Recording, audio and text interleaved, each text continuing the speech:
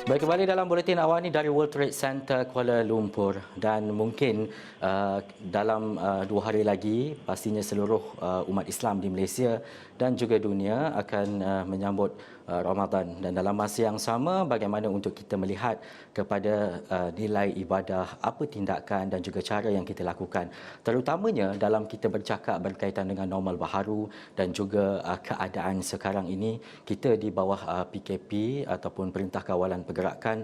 Dalam masa yang sama kita nak melihat dan juga nak mengambil iktibar dan juga peranan Ramadan itu sebaik-baiknya, terutamanya dalam kita berdepan dengan situasi sukar sekarang ini. Tapi untuk bercakap berkaitan dengan ini, saya nak bersama dengan Ustaz Dr. Nurul Haq Syahri yang beliau merupakan pakar rujuk hal ehwal agama Pertubuhan Bangsa-Bangsa Bersatu Malaysia. Assalamualaikum, kaifahaluka ya Ustaz? Waalaikumsalam warahmatullahi wabarakatuh. Alhamdulillah, puji sama. Baik Ustaz, kita nak melihat kepada situasi dan juga keadaan sekarang menjadi persoalan dan juga pertanyaan masyarakat mungkin dalam kalangan kita berkaitan dengan solat tarawih. Sebelum ini kita diimarahkan dengan bagaimana untuk kita solat berjamaah di masjid, tapi dalam tempoh PKP ini apa antara peranan dan juga langkah yang kita ambil dalam masa yang sama kita tidak mahu tertinggal dengan amalan yang pernah kita buat bertahun-tahun sebelum ini, Ustaz. Assalamualaikum warahmatullahi wabarakatuh. Berkenaan solat tarawih ini adalah ibadat khusus di bulan Ramadan. Jadi sama ada dalam tempoh PKP ataupun di luar tempoh PKP, kalau kita tinggalkan solat tarawih ini disebabkan Perintah Kawalan Pergerakan, saya rasa tidak akan rugi besar. Jadi solat tarawih ini diperluaskan amalannya, maknanya tidak terikat kepada dilakukan di masjid. Jadi kita boleh buat di rumah. Dan sebenarnya dalam mazhab Syafi'i,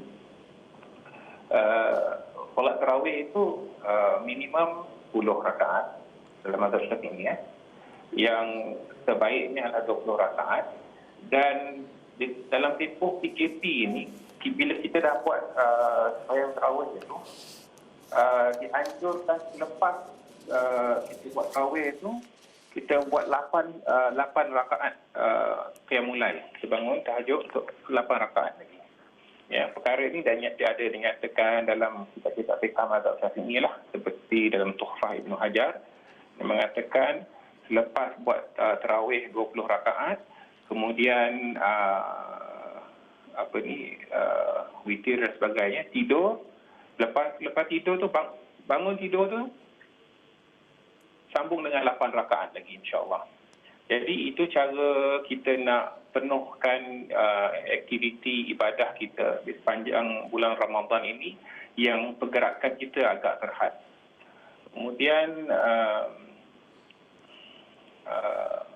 satu perkara saya ingin sentuh berkenaan solat tarawih, ada persoalan boleh atau tidak kita solat tarawih tapi kita berimamkan dengan siaran TV. Maksudnya imam tu dekat TV, kata dia buka TV solat tarawih di Mekah kan, kata contoh.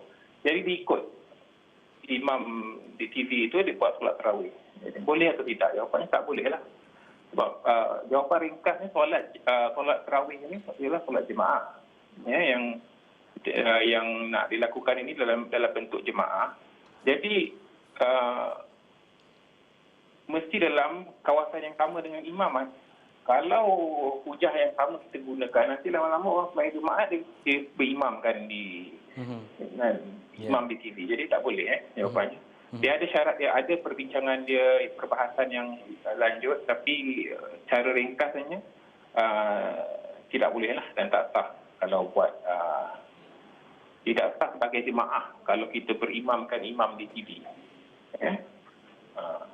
Ya, dan juga Ustaz, satu perkara mungkin sebelum ini, kalau mungkin tahun-tahun terdahulu ada waktu dan juga cara kita adalah pergi ke masjid dan juga mengikuti dan menjadi makmum bersama-sama dengan imam di masjid. Tapi dalam tempoh yang sama mungkin ada ketidakpastian kita sebagai umat Islam, sebagai masyarakat untuk melakukan tertib ataupun rukun yang sebenar dalam solat sunat tarawih berkenaan.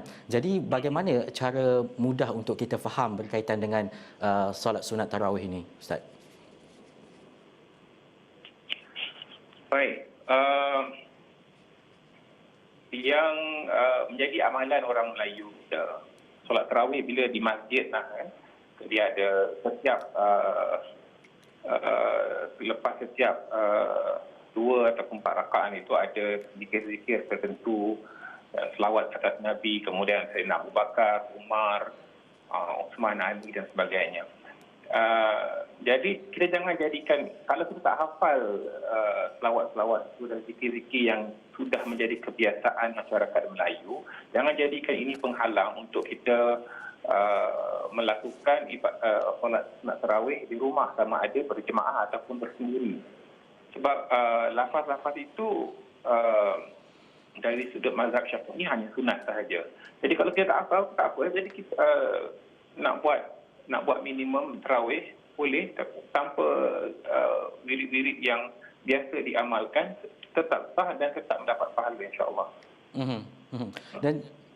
Dan juga Ustaz, dalam tempoh sekarang PKP, dengan kita berdepan dengan COVID-19, ada mungkin pertanyaan dan juga kegusaran berkaitan dengan mereka umat Islam yang berpuasa tetapi perlu melakukan test ataupun swab untuk mendapatkan kesan ataupun mendapatkan keputusan berkaitan dengan COVID-19.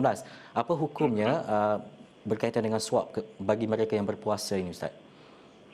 Okey, swab ini melalui apa yang saya tahu, dia bukan masuk ke kerongkong. Ya. Dia ambil macam satu dia calik je macam dalam mulut kita itu, jadi tidak ataupun dalam hidung, dalam hidung yang dekat bahagian luar rongga ini. Jadi dia tidak membatalkan puasa, sebab yang membatalkan puasa apabila masuk rongga dalam sampai ke perut. Dinamakan dalam istilah fiqh dalam juf. Al-juf maksudnya kalau dia masuk sampai alat swab itu masuk sampai ke kerongkong, ke tekak, itu membatalkan puasa. Baik. Dan juga soalan terakhir saya, Ustaz, dalam tempoh dan juga situasi yang sama, kita nak menjadi seorang insan yang berbeza dalam bulan Ramadan, tetapi cukup istimewa khususnya dalam kita melakukan hijrah mungkin yang dahulunya tidak. Tapi dalam masa yang sama, dalam kita sebagai umat Islam dan juga masyarakat di Malaysia, peranan yang perlu kita ambil, apa yang Ustaz boleh katakan dalam kita melalui satu lagi Ramadan pada tahun ini? Boleh ulang soalan saya, tak berapa. Ustaz, dalam masa yang sama kita nak melihat kepada perspektif Ustaz, kita menjadi seorang insan yang lebih baik bagi kita memanfaatkan Ramadan kali ini pada tahun 2019. Bagaimana, apa saranan Ustaz? Okey, dalam pergerakan yang terhad ini di bulan Ramadan, jadi ada beberapa perkara yang kita boleh tingkatkan amalan kita yang very simple, sangat mudah.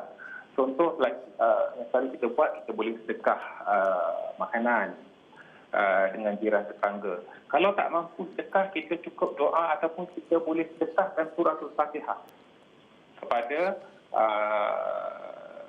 Rasulullah SAW, ibu bapa kita, muslimin dan muslimat, dan kita jadikan Fatihah itu, kita niatkan dia sebagai wasilah perantara.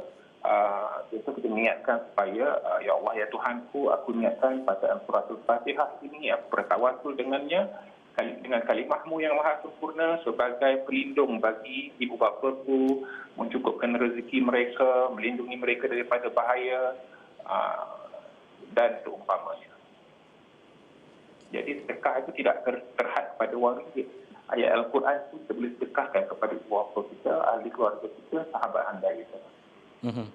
Baik, syukran jazilan ya Ustaz atas penerangan dan juga perkongsian itu tadi bersama-sama dengan seluruh penonton Astro Awani, dan pastinya kita mengambil keberkatan dan juga rahmat sepanjang Ramadan ini, dan juga kita menjadi seseorang dan juga insan yang lebih baik, terutamanya dalam kita berdepan dan juga tempoh COVID-19, bagaimana seluruh rakyat Malaysia untuk berganding bahu dan juga bersatu hati dalam kita sentiasa mengamalkan satu pendekatan yang lebih baik untuk kita melihat Malaysia yang lebih sihat di masa akan datang.